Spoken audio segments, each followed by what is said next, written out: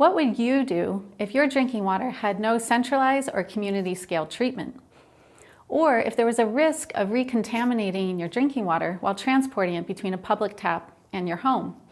These are issues that household water treatment and safe storage aim to address. Household water treatment and safe storage, or HWTS for short, makes up the sixth functional group of a water supply system. After this module, you'll be able to understand the role of HWTS, assess the advantages and disadvantages of different HWTS technologies, and recognize the characteristics of a safe storage container. Household water treatment refers to treatment at the point of consumption. Safe storage means that once the water has been treated and it's safe to drink, it's stored in a container that protects it from outside contamination.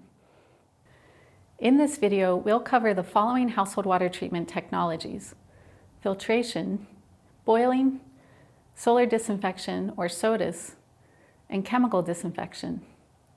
We'll also highlight the importance of appropriate storage tanks and reservoirs. These technologies make use of the same treatment processes as those listed under the fourth functional group, which are typically used at larger scales. In this animation, we'll show you the pros and cons of the most widely used household water treatment technologies, paying particular attention to how effective they are at removing viruses, bacteria, and protozoa. These are shown on the left-hand side, with the color green indicating that this technology is highly effective at removing the pathogen from water. Yellow indicates that it's less effective at removal, but still acceptable. Red means that this technology is not an effective treatment option for the pathogen. Here you can see a ceramic pot filter with a lid, reservoir for water storage, and a spigot.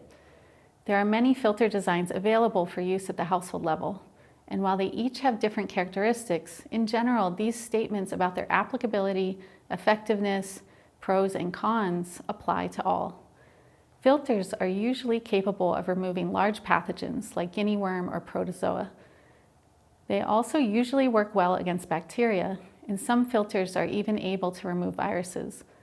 But viruses are very small and they can easily pass through the pores of some filters. Generally speaking, people tend to like filters.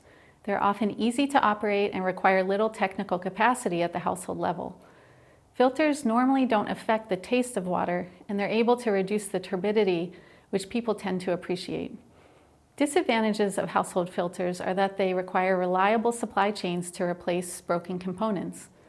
There's also the possibility of recontamination after filtration, especially if the treated water is transferred to another container. The most widely practiced household water treatment method is boiling, shown here using a wide-mouth pot. Boiling is an easy method to perform and is highly effective against all classes of pathogens. People all around the world understand that boiling makes water safer to drink, and they tend to trust this method. However, boiling does have a certain health risk due to indoor air pollution or even potential burns. It can also be expensive and time-consuming, especially in places where fuel supplies are limited or biomass needs to be collected. Boiled water has a flat taste, and sometimes chalky precipitates can form during boiling. And finally, boiled water is highly vulnerable to recontamination, especially when cooled in an open container. Ultraviolet light disinfection is another option for treating drinking water at the household level. UV lamps are highly effective where there's electricity, but even without electricity, ultraviolet radiation from the sun can be used. Here you see a solar disinfection system, or SODIS for short, which involves filling clear plastic PET bottles with water and placing them in the direct sunlight for several hours. Different pathogens have very different abilities to tolerate ultraviolet radiation. Bacteria such as E. coli are inactivated rather quickly, but Cryptosporidium is somewhat more tolerant, and some viruses can withstand high doses of ultraviolet radiation. SODIS is technically easy to implement. It doesn't require any complicated supplies or chemicals, and it's also very inexpensive. Other advantages are that SODIS doesn't change the taste of the water, and water is generally treated in the same container that's used later for storage and drinking. So the risk of recontamination is quite low. However, SODIS treatment is time-consuming. Most commonly, water is cooled overnight before drinking, and it can only treat relatively small volumes of water. Further, it's important to only use PET bottles for sodas to reduce chemical leaching risks. And finally, if the raw water is highly turbid, suspended particles can shield pathogens and reduce the effectiveness of treatment. The most commonly used chemical disinfectant in household water treatment is chlorine. Chlorine can be applied in liquid form, as shown here, or as tablets that slowly dissolve in water. Generally speaking, chlorine is more effective with longer contact times, and it should be given at least 30 minutes to disinfect water. Chlorine is very effective against bacteria, but higher doses are required to kill some viruses, and some protozoan cysts are highly resistant to chlorine at concentrations considered practical for use in drinking water. A major advantage of this method is that chlorine can provide residual disinfection to protect drinking water against recontamination. Chlorination is also easy to apply at the household level and is generally inexpensive. Large volumes of water can be treated within relatively short periods of time. However, like ultraviolet radiation, this treatment is less effective on turbid water. Consistent chlorination requires reliable supply chains and ongoing commitment from users. And finally, chlorine does have a distinctive taste and odor that might be unacceptable to some users.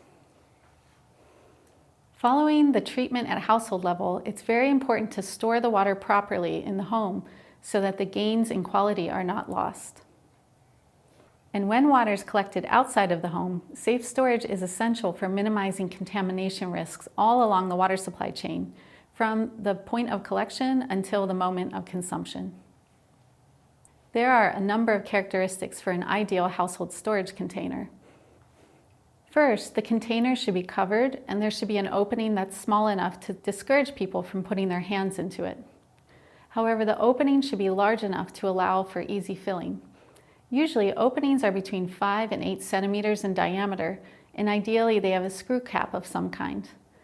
Even though you don't want it to be too easy to insert hands into the container, it's a good idea if the container can be cleaned periodically. A spigot is best for withdrawing water to reduce physical effort and risk of spilling. The spigot should have a large bore so that the flow rates are high enough. However, spigots are prone to breaking or leaking, so they should also be simple enough to repair or replace with local hardware. If no container with a spigot is available, a PET bottle with a good lid can also be used to safely store the water. Ideally, a safe storage container should be used for drinking purposes only, and it should also be strong enough and stable so that it isn't easily tipped over or broken. Opaque containers are best to prevent the growth of algae, and of course the container needs to be portable, so it shouldn't be too large since they're also used for transporting water from the point of collection to the household. And finally, containers should be affordable and ideally available through local markets. Here is an example of a container that was designed specifically for safe water storage. The Oxfam bucket has a secure lid with a small opening and a cap built in, and the cap's attached so that you can't lose it. You can completely remove the lid, which allows for very efficient cleaning and also transport because the buckets can be stacked inside each other. The cost per bucket is around $3 to $5 US, and they're now produced all over the world. In summary, this module examined household water treatment and safe storage, which is the 6th of 6 functional groups that make up a complete water supply system. HWTS is needed when centralized or community scale treatment is unavailable or inadequate.